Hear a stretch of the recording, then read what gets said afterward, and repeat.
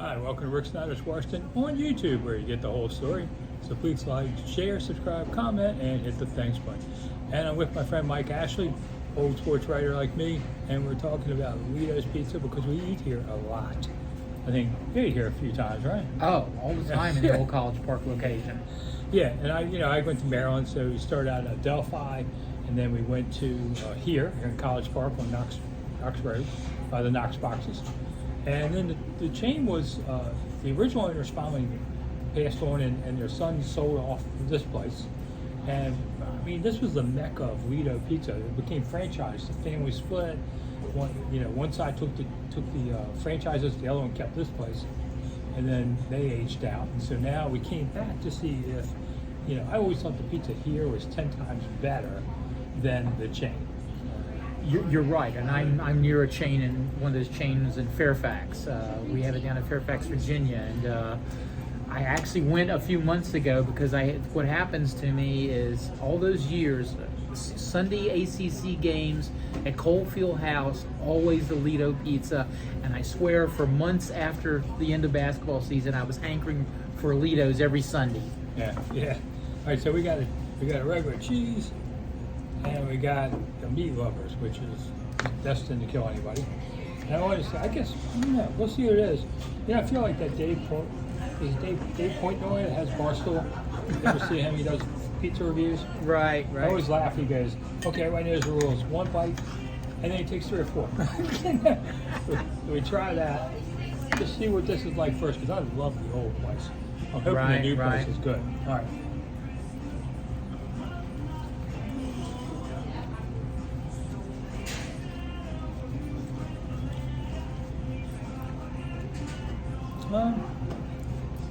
Tastes a little different. Sauce tastes a little different. Yeah, you were talking about the crust before we bit in here. I tell you, the thing I recognize is that sweet taste in the tomato sauce, and always like that. Yeah, I used to be able to eat. I could eat both of these in my prime. And the rectangular cut is so bite sized, and these are as good as cold pizza as you'll run into just to snack on if you let it sit too long. Yeah, and of course, both of us have written about Ledo's at times. We both write about pizza too. And, as crazy as that is. I probably know more about pizza than sports, to be honest. Isn't that weird? Thank you. So we both did interview, and it was interesting how this all came about because, it's like, why did they do square pans here? Because that's what they got. It was square pans that they bought. So they just did it. And it's called Ledo because one of the owners was served in World War II. It was on a plane. They were over Italy and had to be taken off course and had to land emergency someplace. They tried to figure out where are we, and the name of the road was Ledo. That's right. And so we remembered, thank God we survived, and it's Ledo. And then when it came time to naming this place, you had to pay for the signs by the letter, 4 letters. So it's Ledo, not Ledo's, which we all say. Right. But it's Ledo. And that's how that's the name of the name. And the other funny part is that they have very thick pepperonis here. And the guy said it was just faster to cut them thicker. So right, that's expediency.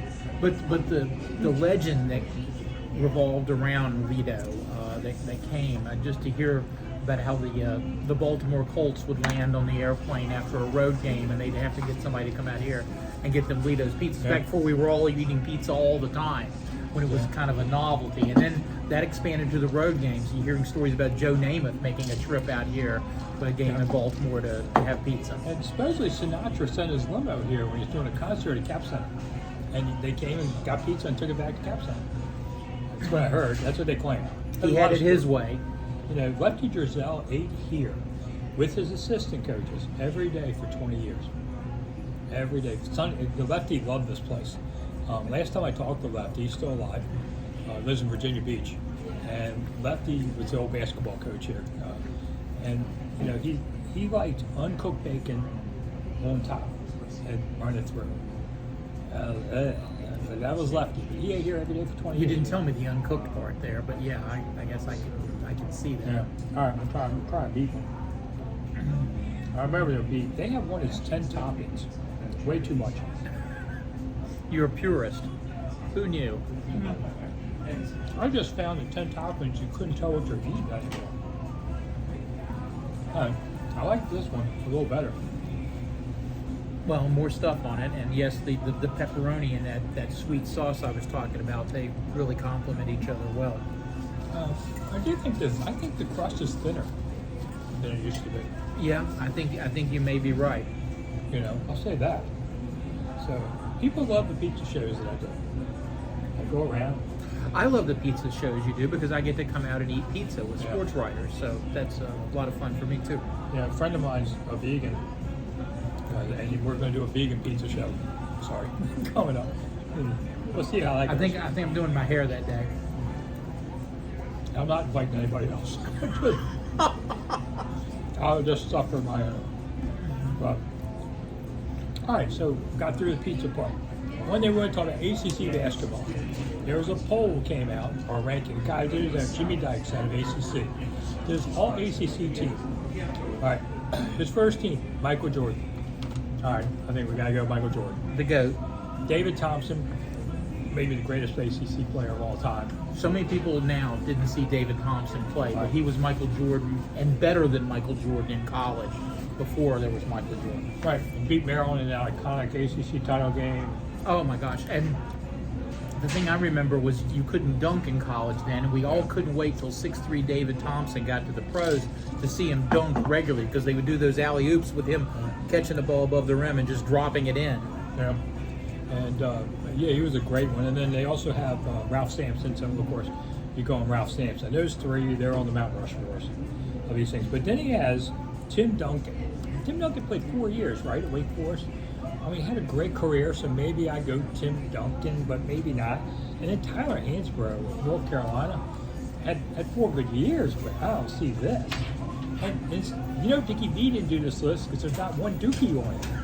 I mean, that's the crazy part. But if I had to go to the next one, the second team, he's got Len Bias. I moved Len Bias, being Maryland guys. I moved him to the first team. And I go Tree Rollins out of Clemson. Now that one surprised me, but I get it. He was an all-time great. Now my team, I got to look, and I grew up a Carolina fan. Sorry, but I would replace Hansborough with Christian Leitner for what his overall record was in college. When you think about how he dominated the game and how good those Duke teams were, mostly because of him. But that's leaving off Grant Hill and Bobby Hurley for Pete's sake. So there's so many great players who are leaving off, and you know I didn't see Len Bias up close like you guys did here because I grew up further south. But so Tim Duncan, I don't really have a problem with that one. But again, it's just so fun to remember back all the great players we're leaving off. You know, we mentioned some earlier, Mark Price. Yeah. You know, Mark just Price, terrific player. oh my gosh! And I just, mean, he's got Phil Ford and James Worthy on his second team. yeah. Honestly, in college, I think Worthy was the better player than Jordan. He was, and his career got shortened by that broken leg he had one year. So he doesn't really get the. But there's just so many. You can start even Maryland guys, McMillan and Elmore, and Right, and then we're not mentioning the best of all from that, John Lucas. John Lucas. Now he has John Lucas on his second team, and I would agree. I mean, and he has McMillan on his third. Doesn't have Elmore listed. Doesn't have Albert King. Doesn't have Buck Williams. I mean, I know it's Buck Williams is hard to leave off. That maybe the best rebounder I ever saw back then. Would you put him over Albert on a team? I might when I consider what they went on to do afterwards. Yeah, I just think Buck Williams was really underrated. He's one of the guys at the age I was back then, it made me appreciate rebounding more than I did before I watched Buck Williams play night in, night out. And those Maryland teams were so much fun because we're not even mentioning Ernie Graham, who maybe doesn't match those guys, but my gosh, those teams were fun. I mean, his second team, he also had Phil Ford. So, Well, that's my guy. I've met Phil Ford, and he was my guy from way back. Yeah, I love Phil Ford. You know, people blame him for the four corners and everything, but hey, that helped bring the shot clock in, which made it a better game in college for all of us. His third team, he's got Skip Wise out of Baltimore now. Boy, you didn't hear anything about Skip Wise after college, but he was a really nice player. Played with your boy Tree Rollins, and Tate's Lock was the coach back then, and Tates got on the wrong side of the NCAA, but those were some really good teams. Nobody talks about it anymore. You had Bobby Hurley, who was growing on the third team. Bobby Hurley was a really good player. Adrian Branch. I don't know if I only had third team for Adrian Branch. Nice career. And you had Leitner and McMillan on those teams. Fourth team, Brad Davis. You know, everybody loved Brad Davis here. One of my all-time favorites. Brad Davis is so electric to watch out there. And Johnny Dawkins, solid player. He's the guy that turned things around at Duke. So it's Sam Perkins was an awesome player. Joe Smith, he didn't play a long time here, but was a solid player. And Danny Ferry, okay, Danny Ferry I'd be on the fence with. I think Gary Williams might fight us with Joe Smith that low on our team. Yeah, I mean Joe Smith was a terrific player. What, did he go number 1 overall? Yeah. I mean he was something. So I mean I love ACC ball. I miss Maryland being in ACC ball, although today ACC ball is Syracuse and Pitt. All these other teams. I like the old ACC because most people, I think, in Maryland area, a lot of us have family in the South.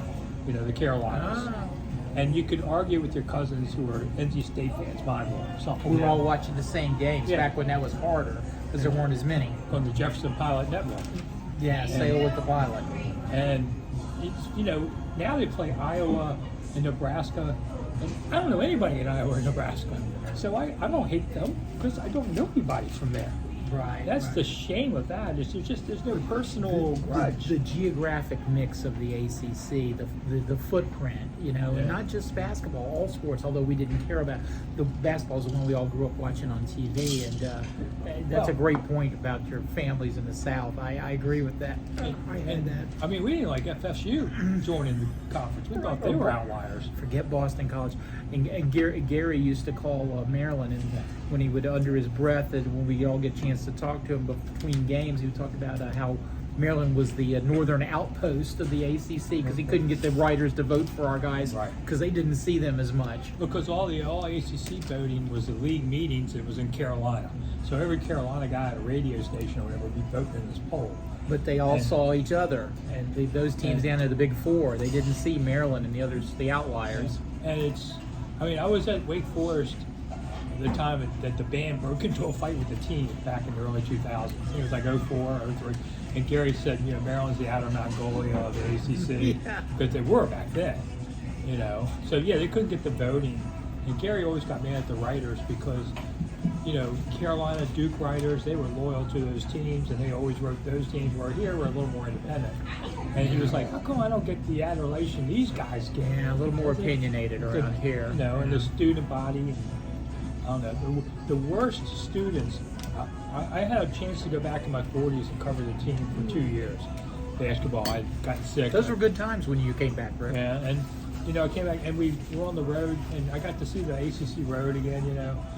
And they were all different venues. Each venue was a different kind of place. But if you had to say who were the worst fans, I mean the worst fans, it might have been Maryland. You know, my daughter went to Maryland when I was covering her. Carlos Boozer's mother would say that, I think. I mean, I used to tell my daughter, if I turn around and hear you, I'm on press row. I hear you, I could kill you. You gave me talk. I mean, the women would just be, hey, ref, get off your knees. You know, I'm not. Wow, that used to shock me, but crazy.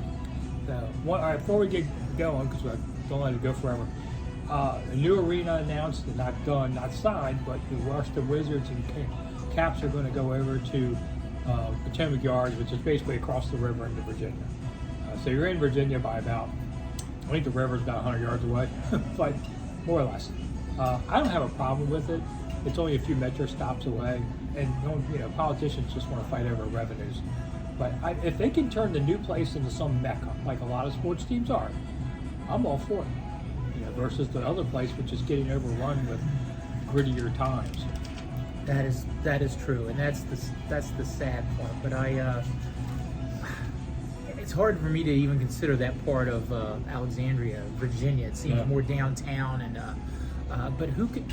Ted Leon's has been such a champion for local sports, like Abe Poland in the past. I can't begrudge him when they're talking about building the kind of arena they're talking about. And again, I thought Rick had it best on his podcast, which you should watch on YouTube. I'll believe it when I see it. Yeah. Right now, we're just talking. People are posturing, and there's a lot of things to be decided, including a new home for the Commanders. So we'll see how that impacts all this, and there's just a lot to be done. So don't believe everything you're reading today in the newspapers and seeing on TV. Yeah, I mean, some of it's true, but, whatever. All right, we'll get out of here early for once. So, I'm Rick Snider for Mike Ashley. Thank you so much for coming to the Pizza Show, and we'll talk to you again soon.